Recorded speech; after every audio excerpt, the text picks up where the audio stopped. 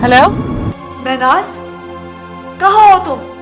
इतनी देर से मैं तुम्हें फोन ट्राई कर रही हूँ, दोनों नंबर तुम्हारे बिजी थे। माँ जी बिजी नहीं थे, म्यूट पर थे, आई मीन साइलेंट पर थे। तुम्हें कुछ पता भी है? मैं जान चुकी हूँ कि इंतजार का एक्सीडेंट हो गया है। सिर्फ तुम्हारी वजह से मैं अस्पताल नहीं जा सकी। तुम्हें पता है वहाँ मीडिया वाले आए हुए, अब उनके सामने तुम्हारी गैर मौजूदगी में मैं उनके सवालों के जवाब क्या देती? हाँ, आपको तो हमेशा दूसरों की फिक्र पड़ी रहती है माँ जी, कभी मीडिया की, कभी सोसाइटी की, कभी इसकी और कभी उसकी। इस वक्त मैं आपसे बात नहीं कर सकती। महनाज, हेलो महनाज, महनाज, हेलो, जवाब क्यों नहीं दे रही हो? महनाज,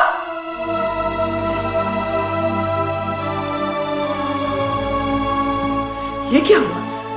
फिर से करती हूँ फोन।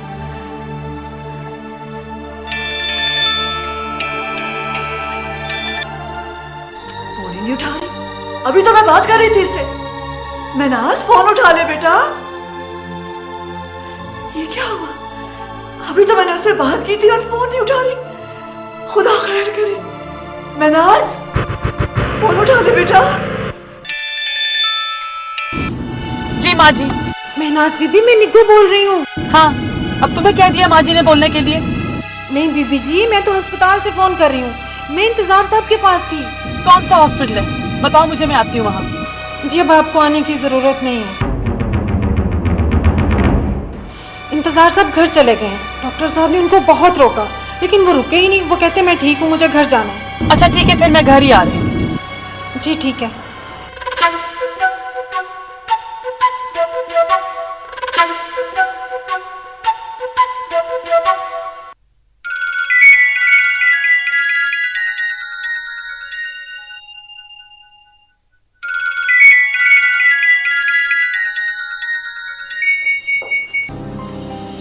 हाँ महनाज।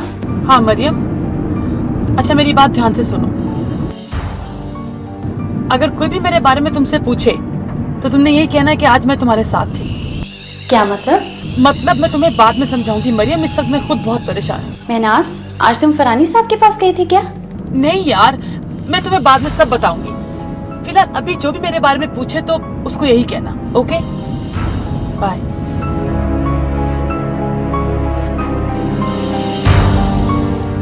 महनाज, मुझे डर है कि कहीं तुम इन ऊंची परवाज करने वालों के साथ मिलकर परवाज करते करते परवाज ही ना कर जाओ।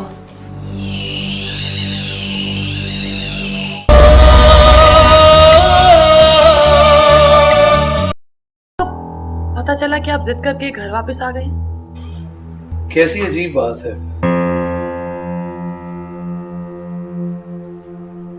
मैं तुम्हारे बारे में परेशान था कि तुम्हें हॉस्पिटल लेके जाना है और मैं खुद पहुंच गया हॉस्पिटल। क्या हुआ था? आई मीन, कैसे हुआ एक्सीडेंट? कहा ना तुम्हारे बारे में सोच रहा था, पता ही नहीं चला और एक्सीडेंट हो गया। थैंक गॉड के चोट नहीं आई। आई तो है शायद,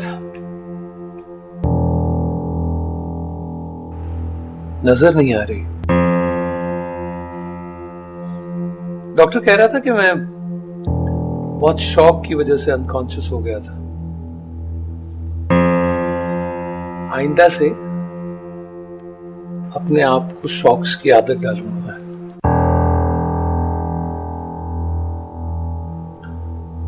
बाय द वे, तुम्हारा माइग्रेन भी मेरे साथ ही चला गया था। तंज करने की जरूरत नहीं है इंतजार। आपके जाते ही मुझे मेरी एक फ्रेंड का फोन आ गया। मैंने बहुत इनकार किया लेकिन वो पीछे ही पड़ गई, इसलिए मुझे जाना पड़ गया। मेरा ख्याल है कि मुझे आराम की जरूरत है और शायद तुम्हें भी। इंतजार, अगर तुम कुछ ऐसे वैसे सोच रहे हो ना मेरे बारे में तो मैं सिर्फ तुम्हारी सोच पर अफसोस कर सकती हूँ और कुछ नहीं। सुना तुमने?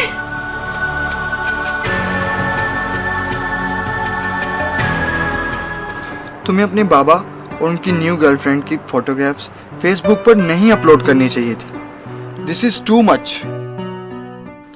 मैंने कौन सा अपने फेसबुक अकाउंट से किया है, फेक आईडी से तो सब कुछ किया था। और ये सारी चीजें खुद ब खुद सब नेटवर्क्स पर चली जाएंगी। लेकिन तुम्हारे बाबा को समझ आ जाएगी कि ये सब कुछ तुम कर रही हो। ओहो, बाबा के तो इतने सारे दुश्मन हैं। मेरी मामा, उनकी फैमिली, फिर उनसे पहले वाली मामा, उनकी फैमिली, पॉलिटिशियंस, लोग बहुत सारे। और सब लोग यही चाहेंगे कि पापा अपकमिंग इलेक्शन से पहले स्कैंडलाइज हो जाए। सीप, तुम्हारा ऐसा करने से उनका पॉलिटिकल करियर तबाह हो जाएगा। उनका पॉलिटिकल करियर तबाह हो सकता है, लेकिन वो खुद नहीं। He can easily handle all this. Got it?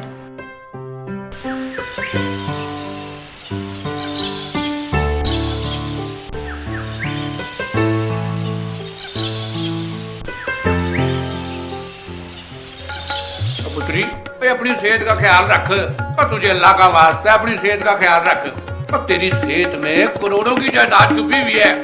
मामू, अगर मुझे एक बात का डर है, अगर जेबी को पता चल गया कि आप मुझे सब कुछ बता चुके हैं तो क्या होगा? अभी बड़ा वक्त है पुत्री, तू इस बात की फिक्र ना कर। और जेबी नैश का बंदोबस्त तो मैं इससे पहले ही कर लूंगा। मगर मामू कैसे? पुत्री, और तू अपने मामे रौनक की सहूलत को जानती नहीं है। बस तू देखती जा, अगर उसके अपने हथियार से उसका शिकार कर लूं तो कैसा? मैं समझी नहीं। पुत्री, तू अभी निक्की है ना, समझ है। देखती जा मामे को। लोहे को काटने के लिए लोहे का होना बहुत जरूरी है। और लोहा भी वो जो सुरीला किस्म का हो और रौनकी के हाथ में हो। है रात में मरते मरते बची हूँ। आपको इस बात की कोई परवाह नहीं। बस एक ही बात रिपीट कर रही है कि मैं हॉस्पिटल क्यों नहीं पहुंची। माँ जी, मुझे कत्ल करने की कोशिश की गई है। महनाज, तुम मुझसे अब भी बहुत कुछ छुपा रही हो। मुझे किसी से भी कुछ छुपाने की जरूरत नहीं है माँ जी। छुपाने की जरूरत है तभी तो छुपा रही हो तुम। माँ जी, मेरा कत्ल करने की कोशिश की गई है और मैं कैसे बची हूँ ये मैं ही जानती हूँ। शिमल, आई हैव अ क्वेश्चन। तुम इस तरह के माहौल में किस तरह सरवाइव कर रही हो? भाई, मैडम महकार एक बहुत ही अच्छी और साफ़गो खातून है। आई एम श्योर, लेकिन उनके इर्द गिर्द के लोग, मेरा मतलब है उनका होनहार बेटा और बेटी। जब तुम्हें कत्ल करने की कोशिश की गई थी उस वक्त तुम हॉस्पिटल जा रही थी। मैं ये पूछना चाह रही हूँ कि इससे पहले तुम कहाँ थी? शाम और रात के बीच तुम कहाँ थी? वो मैं सरदार फरानी के डिनर पर। मैं यही तो पूछ रही हूँ कि डिनर के बाद कहाँ थी तुम? उसी के साथ।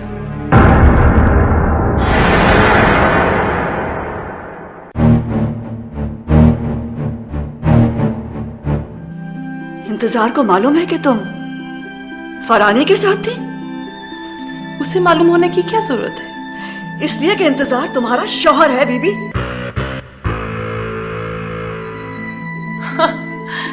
ये बात तो मैं पिछले 7 साल से जानती हूँ माँ जी।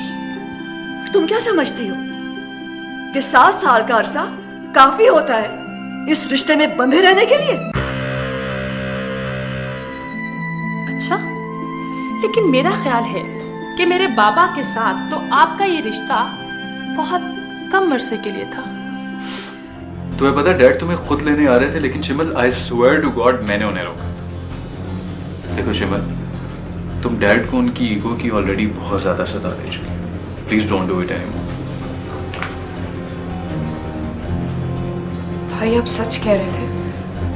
क्या डैड वाकई मुझे लेने आने वाले थे?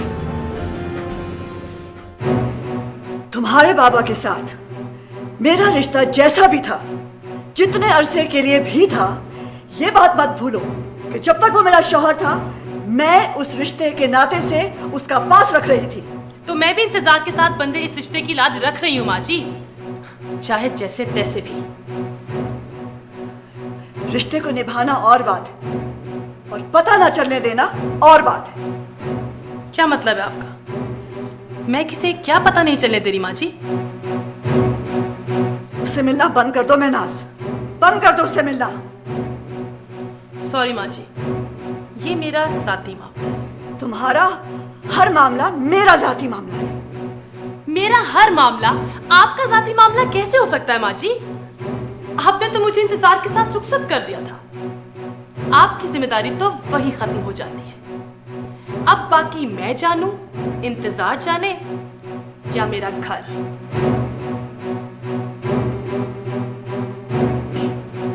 नहीं महनाज, मैं किसी कीमत पर भी तुम्हारा घर टूटने नहीं दूंगी।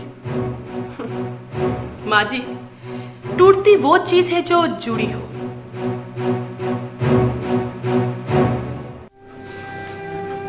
देखो शिमल, हमें कम से कम महकार आंटी के बच्चों से तो डिफरेंट बिहेव करना चाहिए अपने पेरेंट्स के साथ।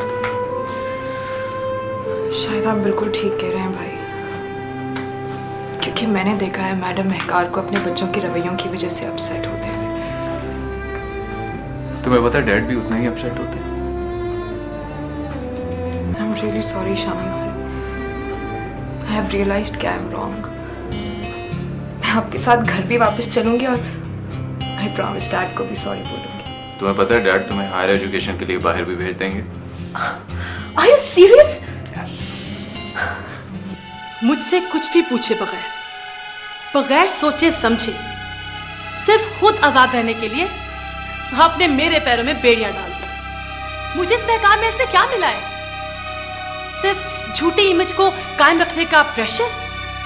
ये अजीब एक्सप्लॉयटेशन है माँ जी। और एक वो आपका लाडला, उसे अब किसी की भी परवाह नहीं है माँ जी। वो इतना निडर हो चुका है कि मुझे मार देना चाहता है ताकि महकार महल को हत्या ले।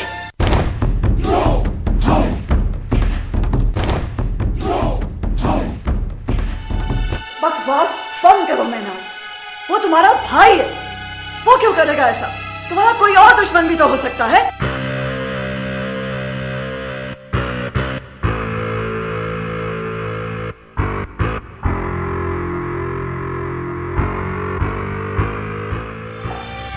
मेरे मरने से और किसको फायदा होगा माँ जी? उसी को ना, क्योंकि सब कुछ तो उसे मिल जाएगा। फिर उसे क्या जरूरत है ये सब कुछ करने की? मैं उसे ये सब कुछ वैसे भी दे सकती हूँ। बस यही बात वो भी बहुत अच्छे तरीके से जानता है, इसलिए वो आपको इमोशनल रोलर कोस्टर में कभी नफरत और कभी मोहब्बत के झूले देता रहता है।